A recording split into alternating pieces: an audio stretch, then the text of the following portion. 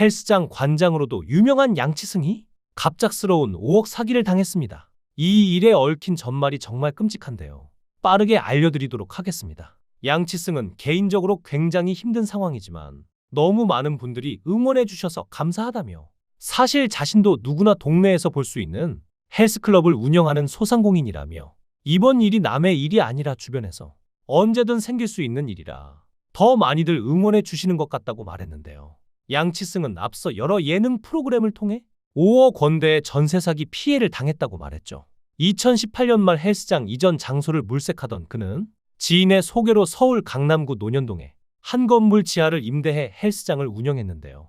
이곳은 15년 동안 마트가 영업했던 자리였죠. 하지만 건물은 임대 기간이 3년 10개월밖에 남지 않았으며 땅은 구청 소유였고 합니다. 알고 보니 양치승과 임대차 계약을 체결한 업체 A가 건물을 세워 20년 관리 운영권을 갖고 있던 것이었죠. 무상 사용 기간이 끝난 A로부터 해당 건물의 관리 운영권을 넘겨받은 강남구청은 입점한 상인들에게 퇴거를 요청하며 명도 소송을 제기하며 모든 문제가 생겼습니다. 결국 양치승은 A로부터 보증금도 돌려받지 못하고 퇴거하게 된 것인데요.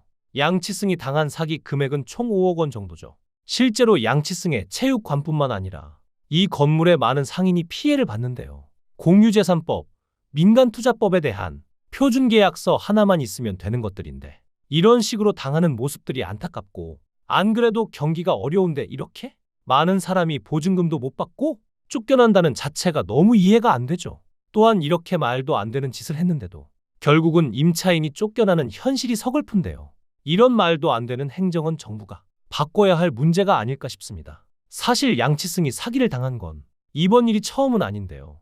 헬스클럽을 운영하면서 2번씩이나 사기를 당한 가슴 아픈 사연을 가지고 있죠. 첫 번째 사기는 헬스클럽을 인수하고 차리는데 도움을 줬던 선배가 약 2년간 회비를 야금야금 빼돌렸다고 하며 두 번째 사기는 본인 밑에서 일하던 트레이너가 5년간 이중장부를 만들어 돈을 엄청 빼돌렸다고 합니다. 이걸 알게 된 건 2012년 즈음이었는데요.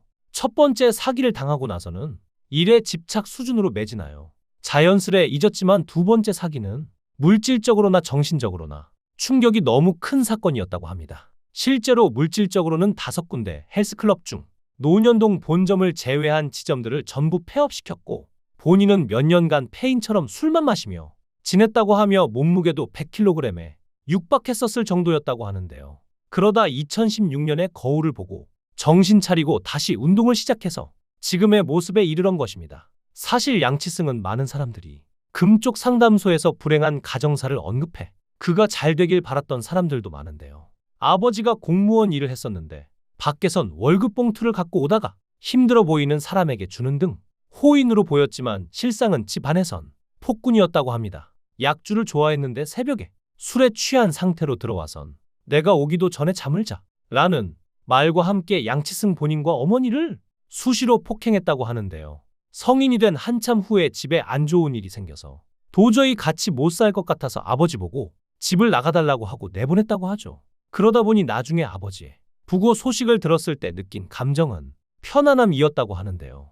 나중에 다른 방송에서도 아버지에 대해 언급했는데 어릴 때부터 돌아가실 때까지 밥상을 뒤엎고 손찌검을 했으며 책임감이 없어서 어머니가 공장을 다니면서 가족들을 먹여 살리셨다고 합니다. 앞서 언급한 아버지를 집에서 내보냈던 이유도 칠순을 넘어서도 어머니에게 손찌검을 해서 폭발해서였으며 집에서 내보내고 8년 뒤에 돌아가실 때까지 얼굴 한 번 안 봤다고 하는데요.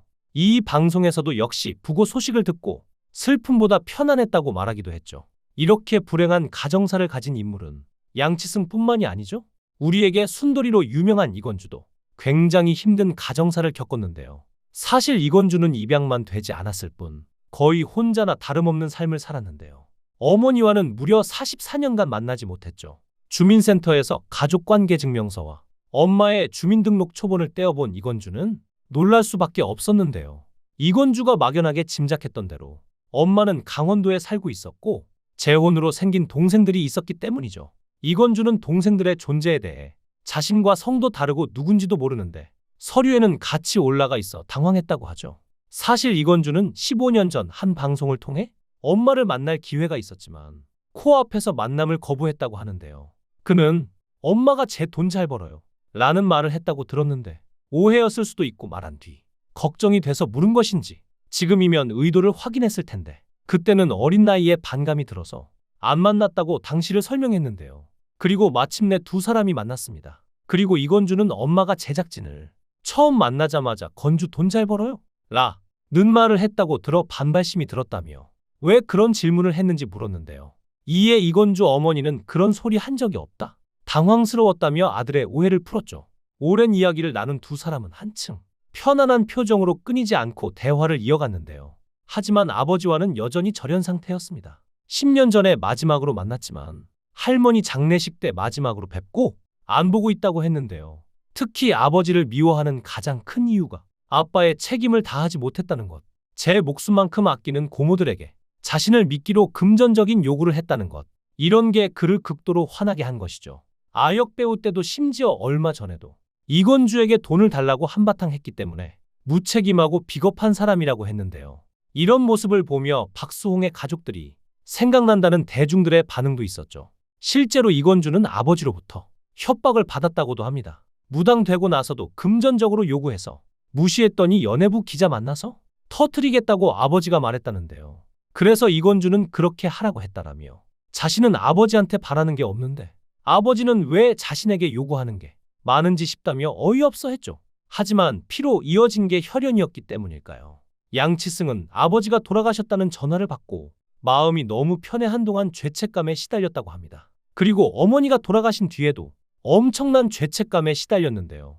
군대를 가면 훈련소 시절의 가족이 가장 보고 싶은데 부모님 신경 쓰게 하기 싫어서 연락도 안 했을 정도였는데 성인이 되고 나서부터는 돈을 모아 어머님께 집을 사드렸다고. 이후 양치승과 부인은 시평집에서 신혼생활을 시작했던 과거도 있는데요. 양치승은 그만큼 부모에 대한 묘한 감정이 있었죠. 하지만 양치승이 어머니에게 죄책감을 갖게 된 건 그의 언행 때문이었습니다. 코로나 때 부모님이 계속 물어봐서 괜찮다고 했다는데 결국 잔고가 점점 비었고 체육관을 문 닫겠구나 싶었는데 어머니가 또 괜찮냐고 물어보셨다고 하죠. 그래서 양치승이 나한테 뭘 해줬다고 자꾸 물어보냐? 그만 좀 물어보라며 폭발했다고 고백했는데요. 그러자 어머니가 조용히 방에 들어가시는 걸 보는데 너무 슬펐다고 합니다. 그러다가 그 다음 해 돌아가셨는데 자신이 그렇게 한 게 너무나도 죄송했고 가슴에 한으로 남는다고 하죠. 아무래도 양치승도 정신적으로 많이 몰려있다 보니까 이런 행동을 하지 않았을까 싶은데요. 그래서 어머니가 돌아가셨을 때 더욱 죄송하고 한스러웠을 것 같습니다. 하지만 이런 그의 곁을 지켜준 사람도 있는데요. 바로 나 혼자 산다에 같이 출연했던 성훈입니다. 최근 부동산 소송 문제가 발생하자 성훈이 뒤에서 변호사를 알아봐줬다는데요. 그뿐만 아니라 모친상을 당했을 때 3일장 내내 장례식장을 지켜주었다고 하죠. 성훈은 어머니 건강이 안 좋으실 때 양치승이 많이 힘들어해서 옆에 있던 것이라며 오히려 아무렇지 않은 태도를 보였는데요. 이 모습에 두 사람의 우정이 돋보였습니다. 전세 사기금 5억의 돈을 잊을 순 없겠지만 다시 재기하기 위해 열심히 노력하는 그의 노력이 빛을 발하길 바랍니다. 양치승을 응원하겠습니다. 여러분들은 양치승에 대해 어떻게 생각하시나요?